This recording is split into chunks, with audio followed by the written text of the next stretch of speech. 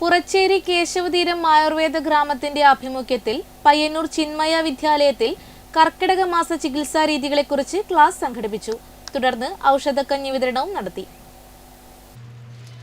കേരളത്തിൽ മഴക്കാലത്ത് ശരീരത്തിന്റെ പ്രതിരോധശേഷി വർദ്ധിപ്പിക്കുന്നതിനും വിഷാംശങ്ങൾ പുറന്തള്ളുന്നതിനുമായി ചെയ്യുന്ന ആയുർവേദ രീതിയായ കർക്കിടക ചികിത്സയെപ്പറ്റിയും ഔഷധക്കഞ്ഞിയെപ്പറ്റിയും കുട്ടികളിൽ അവബോധം സൃഷ്ടിക്കുക എന്ന ലക്ഷ്യത്തോടെയാണ് പുറച്ചേരി കേശവതീരം ആയുർവേദ ഗ്രാമത്തിന്റെ ആഭിമുഖ്യത്തിൽ പയ്യന്നൂർ ചിന്മയ വിദ്യാലയത്തിൽ കർക്കിടക ചികിത്സാ രീതിയെക്കുറിച്ച് ക്ലാസും ഔഷധക്കഞ്ഞി വിതരണവും നടത്തിയത്.